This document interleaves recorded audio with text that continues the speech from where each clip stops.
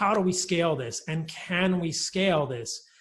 Rob's already kind of given us the hint, saying that most cattle, almost all cattle, spend 85% of their life, 90% of their life on grass.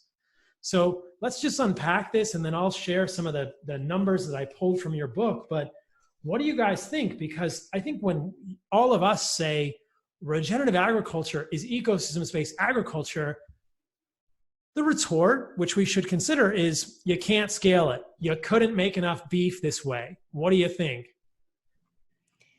Well, first of all, we know that farmers who use these regenerative techniques can produce more food. Exactly. Although not that calorie production is an issue, it's nutrient production that's the issue. But anyway, you can stack enterprises, so you can run, the chickens right after the cattle on the same land. So it's not like 1 acre is only used for cattle. But even putting that aside, if you have healthier soil, you'll have healthier grasses, and you can actually just graze more animals on that land. And so in the film, we actually visit with Joel Salatin, who's another producer very similar to Will Harris. And he's at 5 times the county average as far as his production there. And so in the film, he's like, what if the neighbor did that? What if the other neighbor did that? What if the guy down the street did that? And so what you can do in Virginia or Georgia is very different than what you can do in Nevada as far as, carrying capacity. And so a lot of scientists don't like that, because they just want like the formula that can be just like replicated exactly. And that's just not, it needs to be adaptive to the environment. And it might not look even like cattle. Like I was telling Rob, I know a bunch of guys from Peru that like guinea pig is their thing, and that just works for them, and they don't have a lot of refrigeration. And so like culturally, it just doesn't make a lot of sense for them to be grazing large animals that they can't even store. So, it might be more goats and camels in drier areas. But here in the US, if you got rid of the corn that is grown specifically for cattle, and also in some of those charts where they're showing such high numbers for cattle, they're actually including ethanol as grown for cattle, but the cattle are just really eating the stalks. But that gets lumped into cattle feed sometimes. So that's just kind of unfair in methodology. Anyhow, if we utilized all the undergrazed areas, all the non-grazed areas, we were talking earlier about the CRP program. So the government has all these tracts of land that are just not being used right now for grazing. So if we were to work in these fallow fields in between crop production with grazing, that's actually a win for everybody, because it puts nutrients back into the soil. So we went through, at a very conservative, increase of 30%. So not 5 times, but just 30% increase in productivity. And then we look at all the land that's underutilized in the US. We have way more than enough land to grass finish all the cattle in the US. And that to me is so striking. Anything you want to add to that, Rob?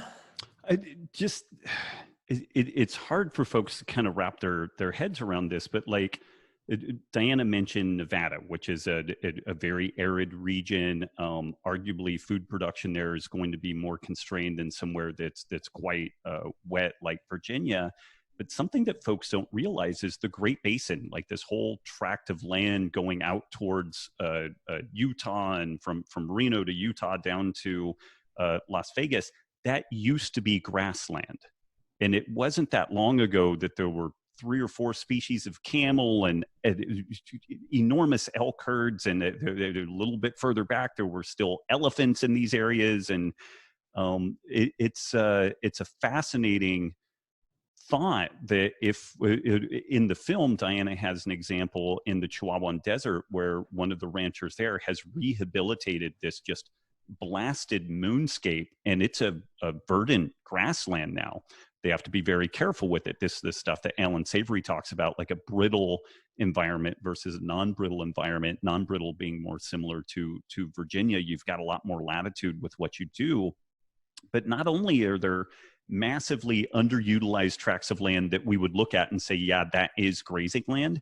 There is massive amount of desertified areas that could be rehabilitated into productive food centers, and they would sequester carbon, and they would hold more water, and that would reestablish aquifers. And this is, again, when we start getting multiplications in the efficiency of doing this stuff right. And so again, I don't want folks to just believe what we're saying out of hand. Like, I would really encourage them to get in and kick the tires on this stuff and try to vet it out. But if even part of what we're suggesting here is true, that there's this potential to integrate all of this effectively lost land and get all of these kind of economies of scale going on, there could be a really massive boon here. And one of the greatest challenges that we're facing just from a workforce perspective is that artificial intelligence is poised to replace a lot of what people do.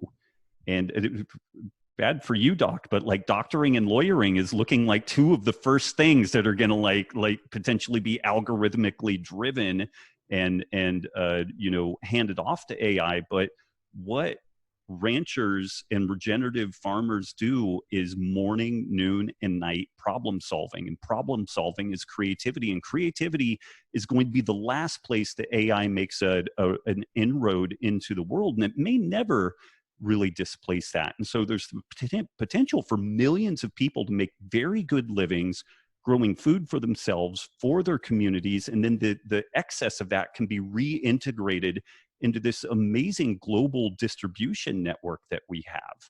And this is something that is democratized and it's decentralized. And this is in juxtaposition to the reality that currently there are 9 companies that control something like 95% of the global food production. There's 4 companies that control 80 or 95% of the meat production in the United States.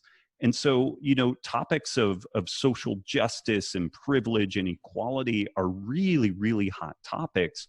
And what we're suggesting is a system that nobody owns the intellectual property on our food. And this is like the stated goal of Impossible Meats, is to own the intellectual property of our food system. And if folks think that that's a good idea and that doesn't bring us to even more dangerous places, we really are lost. Like, there is no hope for us. Yeah, the earth will be fine, but there's no hope for us. Again, right? Yeah. And I love that you touched on that. And I want to circle back to that in a moment. But that, I've heard you say that on other podcasts as well. That is a scary fact. And I've even heard you say on other podcasts that these mega meat companies will buy time at these abattoirs, these slaughterhouses, to prevent smaller producers from actually getting in there. There is a bigger thing happening here. And so decentralizing this and letting farmers do this is a big deal. I mean, we'd earlier talked about the fact, like, look, just eat meat, get the best meat you can. But there are some things that the mainstream meat production facilities should really be called to point on here. And we should point out that they're like companies like Tyson and these major factories, like, they are actively working against smaller producers, grass-fed, grass-finished producers, from getting in there to have their cattle slaughtered and harvested so that we can benefit from that food. So that's a really important point to make. But I think this is, once we sort of illustrate this idea of regenerative agriculture, carbon sequestration, the next thing people say is you can't scale it. And it's like, wait a minute, you absolutely can scale it. Mm-hmm. Like we said, just to reiterate this, most of the cattle, 90% of I think almost every single cattle we're eating, if it's grain finished, it started 90% of its life on grass. We never had to move it away, and that's just a consumer driven thing. I often say this on my social media: you vote with your dollars. And if people were demanding this type of meat or willing to support this, and understanding that the future generations, their future generations would benefit by them supporting these type of farmers, and the ecosystems would benefit by them supporting these type of farmers. And the fact that an ecosystem might actually still be around because they support this type of ecosystems, biodiversity type of farming with their dollars. If we could get people to do that, which is what I think is so cool about what you guys are doing now, then we'll see a change. But until that happens, it's going to be hard to convince people to pay more for their meat. But from a land perspective, you guys illustrate this very clearly in the book. So I want to show the conservation reserve program. I was not aware of this before I read the book.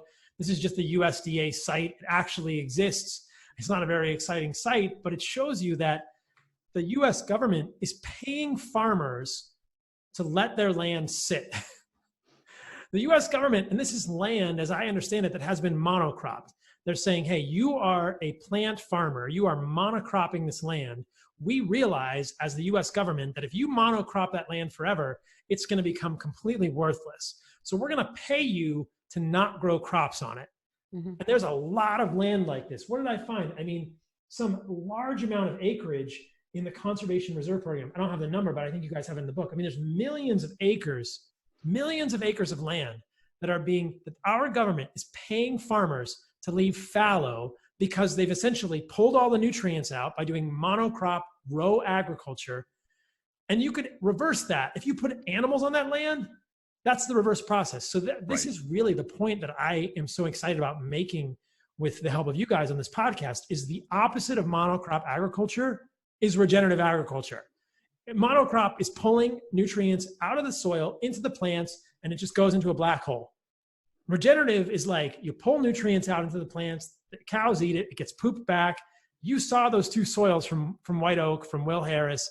You get dark soil, you get carbon-rich soil, you get nutrient-rich soil, or you get really light soil. And so why are we paying farmers millions of dollars to take millions of acres of land and leave them fallow so that they can actually kind of rehabilitate? And this takes a long time. I did some research. It said that like it took 25 to 50 years for a plot of land that's been sort of depleted by monocrop to really start to reintegrate. You could do this. I mean, Will Harris has rehabilitated land in 20 years with farming, and he's producing food while he's doing it. So that's what we need, is instead of a conservation reserve program, we need a regenerative agriculture reserve program. Okay, you farm this land as monocrop. Why don't we subsidize you to put some cattle on it, you know? And then we have regenerative cattle, and it's helping the land. I know you've been to Rome Ranch in Texas, right, Rob? Yes. Yeah, both of us have. So Rome is amazing. They're farming buffalo. When I went out there with Katie and Taylor, and they said, look at that piece of land, as you know, a square foot of land in Texas. And this is land that's been monocropped and kind of depleted. And they're doing the same thing with their land. They're raising buffalo regeneratively. And you look at a piece of land in Texas, it doesn't look super fertile. There's maybe grass growing in like 20% of that or 10% of that square foot of land. And the point they made was, the longer we do regenerative agriculture here, the more that square foot of land gets filled in by grass. And that increases the carrying capacity of that land, and we can have more cattle. So regenerative works on all these levels, and these arguments that it's not scalable are just ridiculous to me. I mean, conservation reserve land can be used, and then the increased productivity of the land as you do regenerative agriculture. In the book, you guys quote a well-known scientist, Jim Howell, saying that regenerative land can increase stocking rates 50 to 100%. You could put twice as many cattle on a plot of land if there's more grass growing per square foot. That's great. And then you guys do the calculation in the book saying how much land is being used for corn that's being fed to the livestock. 30 to 40% of that corn is just, is going to the livestock. Well, if we're not corn finishing animals, we don't even need that. We can take that land, put animals there. The calculations really work out pretty quickly. There's plenty of land to make enough beef for this country and probably other countries because of this fallow land and these regenerative kind of the way that it increases the productivity of the land.